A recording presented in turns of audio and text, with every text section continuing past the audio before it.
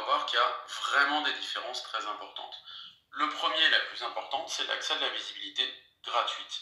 Je viens de vous expliquer par exemple que pour la publicité média, je paye pour être vu. C'est tout. Alors que sur le web, mon site internet, quand il est présent sur Google en référencement naturel, je ne paye pas pour être vu. Si je fais des Google AdWords, et bien tout simplement, je ne vais pas payer pour être vu, puisque dans la majorité des cas, je paye au clic. Donc ça signifie que si mon annonce a été vue, alors en média, en AdWords, on appelle ça de l'impression, mon annonce a été affichée 1 million de fois et j'ai eu 2000 clics, je ne paye que les 2000 clics. Et je peux supposer que sur le million de vues, certains vont me garder en mémoire. Sur les bannières, c'est encore plus important. Quand vous avez de la publicité bannière sur de très nombreux sites internet, il est clair qu'on peut supposer qu'il y a un certain taux de mémorisation et que celui-là est globalement gratuit si sur mes AdWords, je me suis positionné uniquement aux enchères au clic et non au ce que l'on appelle le CPM, au coût pour 1000 vues. Donc là, c'est pareil, les médias ont intérêt rapidement à revoir un petit peu leur façon de travailler face à Internet. Un autre point essentiel et vraiment fondamental en termes de différence avec les médias, c'est l'efficacité en temps réel et le suivi de cette efficacité en temps réel. Je dispose de statistiques immédiates et fiables. Je sais si j'ai eu 1000 clics sur mes bannières, je viens de payer 1000 clics, ces 1000 clics sont bien un trafic de 1000 visiteurs que je viens de recevoir sur mon site internet. Je peux savoir combien de temps ils sont restés sur mon site, s'ils ont rempli des formulaires, s'ils ont acheté.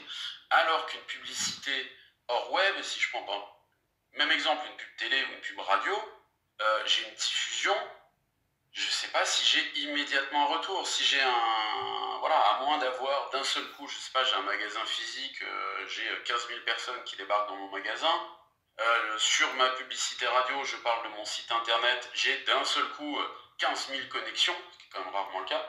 Là, je pourrais effectivement en déduire que ma publicité réelle est fiable, que ma publicité média est fiable. Mais ce n'est pas du tout le cas. Sur le web, c'est le cas, puisque on trace tout, et que comme globalement, la seule chose qui nous intéresse, c'est le clic et la visite, on va pouvoir analyser ça très facilement dans Google Analytics. De ce fait, de ce temps réel, mon rétro-planning, lui aussi, a cet avantage d'être variable, contrôlable, optimisable. Exemple, je crée une campagne média télé. Je vais faire mon spot, je vais acheter mes emplacements, et en général ça se passe comme plusieurs mois à l'avance. Je me positionne, je mets mes emplacements, je diffuse mon spot. Le retour, je ne l'aurai qu'après la diffusion de ma campagne, en faisant une étude qui s'appelle un post-test et qui me permettra de savoir si j'ai augmenté mon taux de notoriété, etc. etc., etc. Web, avantage, je fais ma campagne média, web, je fais par exemple une campagne Google AdWords, au bout d'une semaine, j'ai mes bannières qui sont diffusées. Si je me rends compte que mon taux de clic est catastrophique, si je me rends compte que les gens qui cliquent arrivent sur mon site et repartent immédiatement, ce qu'on appelle le taux de rebond, une seule page vue, je vais tout de suite me poser la question, est-ce que mes bannières sont les bonnes? Est-ce que je pointe vers la bonne landing page, etc. Donc ça veut dire qu'on doit vraiment bien bosser son rétro-planning, mais l'avantage du web, c'est qu'on peut le revoir, on peut le retravailler en temps réel, en flux tendu, et ça, c'est vraiment uniquement sur Internet qu'on a cette possibilité. Faites un salon, vous inscrivez un salon, vous avez acheté un stand, vous avez loué un stand, on n'achète pas un stand, vous avez loué un stand pour 3 jours. Si le premier jour vous dites que le salon est vraiment nul, vous n'allez pas vous partir quitter le salon en vous disant on changera le salon, on en fera un autre plus tard. C'est pas comme ça que ça marche. Sur le web, c'est comme ça que ça peut marcher. Autre différence fondamentale, l'interactivité, elle était sous-entendue dans le slide précédent, dans ce que je vous expliquais. Si je regarde une publicité à la télé, il n'y a pas de réelle interactivité. C'est quelque chose qui va débarquer petit à petit. Mais actuellement, je n'ai pas une réelle interactivité. Sur Internet, je vois une bannière. Si la bannière m'attire, si l'annonce, la publicité m'attire, je clique, j'arrive sur le site.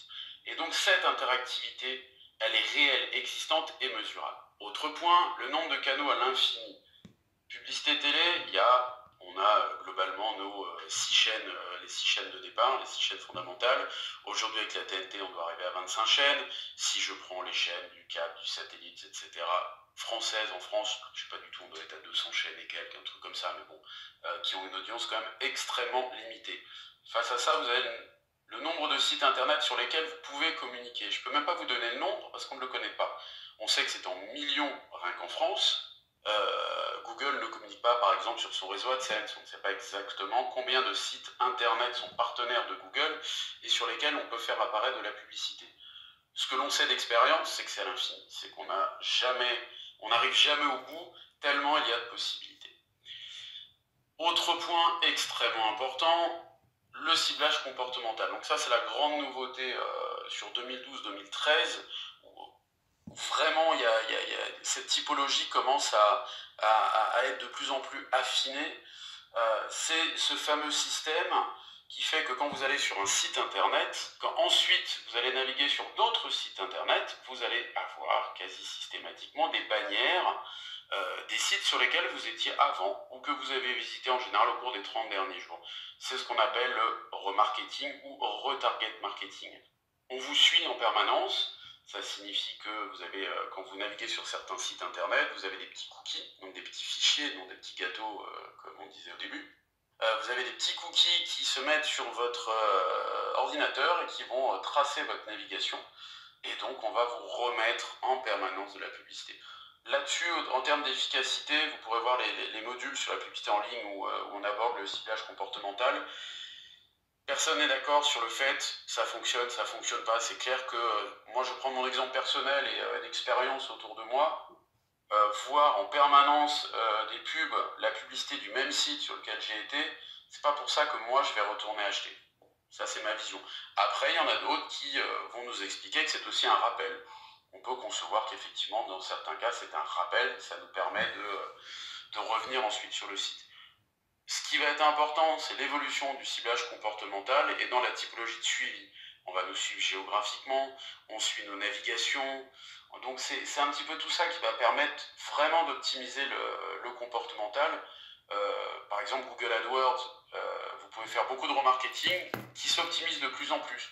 Mais il est clair qu'au jour d'aujourd'hui, si on souhaite faire du ciblage vraiment très pointu, très précis, très souvent, les grands groupes vont chez Criteo et non chez Google, parce que Criteo a mis en place, est leader sur cet univers, a vraiment mis en place quelque chose de très qualitatif. Après, le ticket d'entrée n'est pas du tout le même. Sur Google, si vous voulez faire du remarketing, le ticket d'entrée, c'est 1 centime, le coût-clic de Google, de base, hein, le coût-clic de départ. Par contre, sur Criteo, il y a un vrai travail réalisé sur tout le système de bannières et d'accompagnement. Il y a tout un système de tracking très pointu. Exemple, qui marche très très bien, qui est assez intéressant, que Google vient de lancer aussi, qui est par exemple sur une boutique en ligne, je vais uniquement activer ma campagne de remarketing pour toutes les personnes qui ont mis un produit dans le panier et qui n'ont pas acheté ensuite. Donc ça peut être intéressant, vous pourrez trouver beaucoup plus d'informations dans les différents modules autour de l'univers des Google AdWords et du remarketing. Autre point, celui-là c'est à la fois avantage, inconvénient, c'est assez complexe à expliquer. L'avantage du web, et notamment en communication, c'est que c'est accessible à tous. Vous n'avez plus besoin d'agence. Avant, systématiquement, quand on voulait monter une campagne de communication média, on devait passer par une agence de communication, une régie média, etc.